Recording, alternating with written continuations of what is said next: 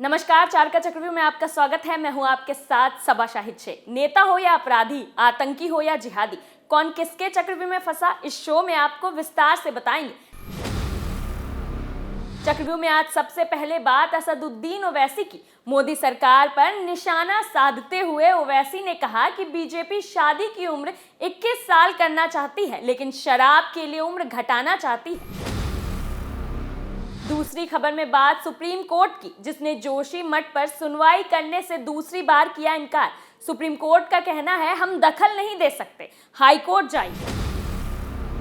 तीसरी खबर में बात एक जिहादी की, जिसका मानना है कि हिंदुओं की मां बहनों को इस्तेमाल करो, उससे जन्नत मिलेगी। चौथी खबर में बात सपा सांसद शफीकुर रहमान बर्क की, जिनके बयानों ने हलचल मचा दी है। बर्क मायावती की तारीफ कर बोले, देश को उनकी जरूरत है और वो भी मायावती को सपोर्ट करते हैं। तो चलिए खबरों से आगाज करते हैं और सबसे पहले बात एआईएमआईएम चीफ असदुद्दीन ओवैसी की। ओवैसी ने केंद्र की मोदी सरकार पर निशाना साधा है। उन्होंने शराब से होने वाली मौत का हवाला देते हुए युवाओं को राजनीति में शामिल करने की बात कही है। इतना ही नहीं, उन्होंने तंज कसते हुए कहा कि बीजेपी शादी की उम्र 21 साल करना चाहती है, लेकिन शराब के लिए उम्र घटाना चाहती है। शराब एक सार्वजनिक स्वास्थ्य मुद्दा है, ये केवल सरकार के टैक्स रेवेन्यू तक सीमित नहीं है। ओवैसी साहब शराब का मुद्दा तो उठा रहे हैं, लेकिन साथ ही ये भी कहना चाह रहे हैं कि मुस्लिम लड़कियों की शादी की उम्र 21 साल सही नहीं है। अब इससे आप उनकी मानसिकता का अंदाजा लगा सकते हैं कि वो सिर्फ औरतों को बच्चा पैदा करने की मशीन समझते हैं। यहाँ सवाल उठता है कि क्या एक मुस्लिम लड़की को सपने पूरे करने का हक नहीं है? खुद को मुस्लिमों का सबसे बड़ा रहनुमा बताने वाले ओवैसी असल मुद्दे से तो भटक रहे हैं। उन्हें ये सोचना चाहिए कि एक 15 साल की बच्ची की मानसिकता कितनी ही विकसित होगी। इतनी छोटी सी उम्र में अगर उसके सिर शादी, घरदारी और जनसंख्या बढ़ाने का दबाव आए तो वो इन सब को कैसे संभाल पाएगी। लेकिन ये बात ओवैसी जैसे कट्टरपंथियों को कैसे समझ आएगी, जिनका मकसद सिर्फ और सिर्फ मुस्लिमों को बरगला कर राजनीति की गंदी रोटी सेकना और जनसंख्या बढ़ाना है। ओवैसी का ये भी मानना है कि शराब से भटकाने के लिए युवाओं को राजनीति में लाना जरूरी है। इसलिए लोकसभा चुनाव लड़ने के लिए ओवैसी ने उम्र को 25 से घटाकर 20 करने की मांग की। ओवैसी 20 साल के युवाओं को राजनीति में लाना चाहते हैं। शराब से भटकाने के लिए क्या 20 की उम्र ओवैसी खुद राजनीति कर पाए थे? जब 20 की उम्र में एक युवा इस असमंजस में फंसा होता है कि वो शराब छोड़े या नहीं, वो राजनीति में आकर बड़े बड़े फैसले कैसे ले पाएगा? एक तरफ ओवैसी युवाओं का सोच रहे हैं, दूसरी तरफ 15 साल में मुस्लिम बेटियों की शादी कराना चाहते हैं। क्या ओवैसी साहब सिर्फ मुस्लिम लड़कों के मसीहा हैं, मुस्लिम लड़कियों के नहीं? इन जैसे लोगों की हकीकत तब सामने आ जाती है जब ये लोग लड़कियों को मस्जिद जाने से रोक देते हैं। दूसरी खबर में बात उत्तराखंड के जोशी मठ की, जहां जमीन धंसने के कारण पैदा हुए संकट को लेकर सुप्रीम कोर्ट में याचिका दाखिल हुई थी, जिस पर सुनवाई से सुप्रीम कोर्ट ने इनकार कर दिया। साथ ही कहा कि मामले की सुनवाई हाई कोर्ट में चल रही है, इसलिए इसमें दखल देना सही नहीं है। इसके साथ ही कोर्ट ने कहा है कि याचिकाकर्ता चाहे तो हाई कोर्ट जा सकते हैं। दरअसल शंकर स्वामी अभिमुक्तेश्वर आनंद सरस्वती ने जोशी मठ में जमीन धंसने को लेकर सुप्रीम कोर्ट में याचिका दायर की थी। इस याचिका में उन्होंने संकट को राष्ट्रीय आपदा घोषित करने समेत कई मांग की थी। इस पर सुप्रीम कोर्ट ने सीजेआई डीवाई चंद्रचूड़ और जस्टिस जेबी पारदीवाला और जस्टिस पीएस नरसिम्हा की बेंच ने कहा है कि यह मामला उत्तराखंड हाई कोर्ट में पहले ही लंबित है। याचिकाकर्ता को अपनी बात वहीं रखनी चाहिए।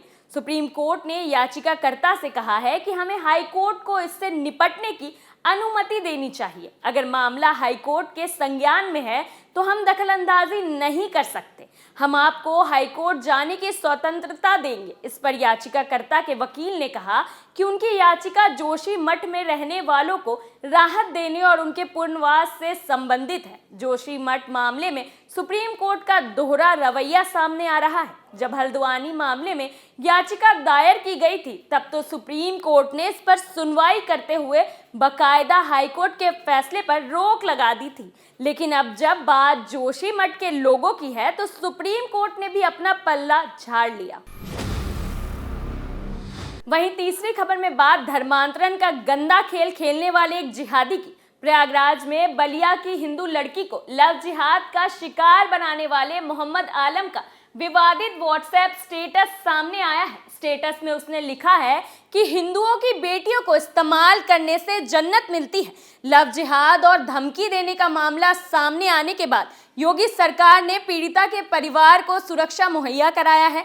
लेकिन सोचने वाली बात तो ये है कि इतनी घटिया सोच लोगों में आ कहां से रही है? इन सब को कौन बढ़ावा दे रहा है? ऐसी निहायत ही घटिया और कट्टरपंथी सोच की जड़ कहां है? उस जड़ का पता लगाकर उसका सफाया करना होगा, तभी हमारा देश तरक्की कर सकता है। आए दिन देश में धर्मांतरण हो रहा है, हिंदुओं पर अत्याचार हो रहा है। ये ईसाई और जिहादी गरीब हिंदुओं को पैसे और नौकरी का लालच देकर उनका धर्म परिवर्तन करवा रहे हैं, और जब इससे बात नहीं बनती तो अपनी ताकत का इस्तेमाल करके जबरन धर्मांतरण करवा रहे हैं। और ये जिहादी तो हिंदू लड़कियों को प्यार के जाल में फंसाकर लव जिहाद का धंधा चला रहे हैं। कभी मासूम श्रद्धा आफ्ताब जैसे दरिंदे के हाथे चढ़ती है तो कभी कोई और मासूम। बार बार हिंदू बेटियों के साथ खिलवाड़ किया जा रहा है।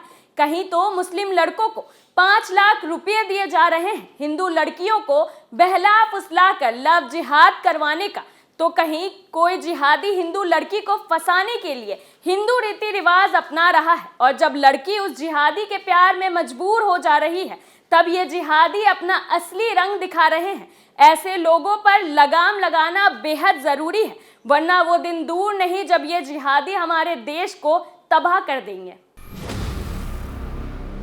चौथी और आखिरी खबर में बात संभल से सपा के सांसद डॉक्टर शफीकुर रहमान बर्क की, जिन्होंने अखिलेश यादव के सीने में ऐसा खंजर भोंका है जिसे अखिलेश चाहकर भी नहीं भूल पाएंगे, और ताउम्र इस जख्म का निशान उनके सीने पर रहेगा। बर्क ने बसपा सुप्रीमो मायावती की जमकर तारीफ की है। उन्होंने तारीफ करते हुए कहा कि देश को मायावती की जरूरत है और उन्होंने अपनी कौम के लिए बहुत काम किया है। वो सुप्रीमो है और बाहैसियत मुसलमान के हम भी उन्हें सपोर्ट करते हैं।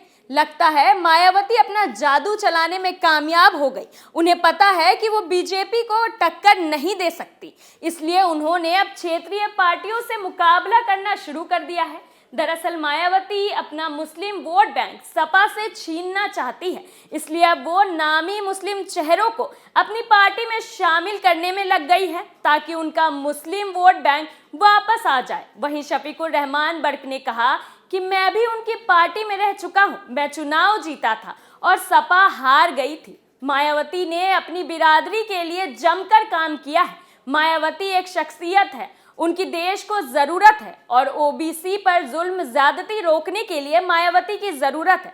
बसपा के अकेले चुनाव लड़ने के सवाल पर सपा सांसद शफीकुर रहमान बर्क ने ये प्रतिक्रिया दी है। अब बर्क की सपा से बेरुखी की साफ नजर आ रही है और वजह बस एक ही है, अब चुनाव जीतने के लिए बर्क को फिर से मायावती का सहारा चाहिए। वो अब बसपा में शामिल होना चाहते हैं। आखिर इंसान कब तक अपने घर से दूर रहे? अब बर्क को भी घर वापसी का ख्याल आ ही गया। अब उन्होंने एक बार फिर माहौल को भांपते हुए बसपा में जाने का मन बना लिया है। अगर बर्क मायावती की पार्टी में जाते हैं तो पश्चिमी यूपी में पार्टी के पास एक और बड़ा मुस्लिम चेहरा होगा और ये बसपा के लिए एक बड़ी जीत होगी। चक्रव्यूह में मेरे साथ आज के लिए इतना ही। कल फिर कौन किसके चंगुल में फंसेगा नए मुद्दे के साथ फिर पेश होंगे और दिखाएंगे कई और सनसनीखेज खुलासे। तब तक के लिए देखते रहिए कैपिटल टीवी। नमस्कार।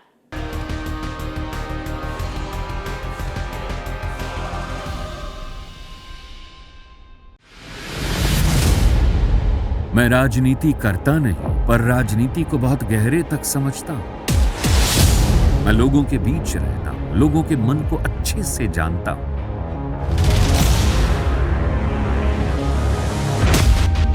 पब्लिक और पॉलिटिक्स की हर नब्ज को खूब पहचानता हूं।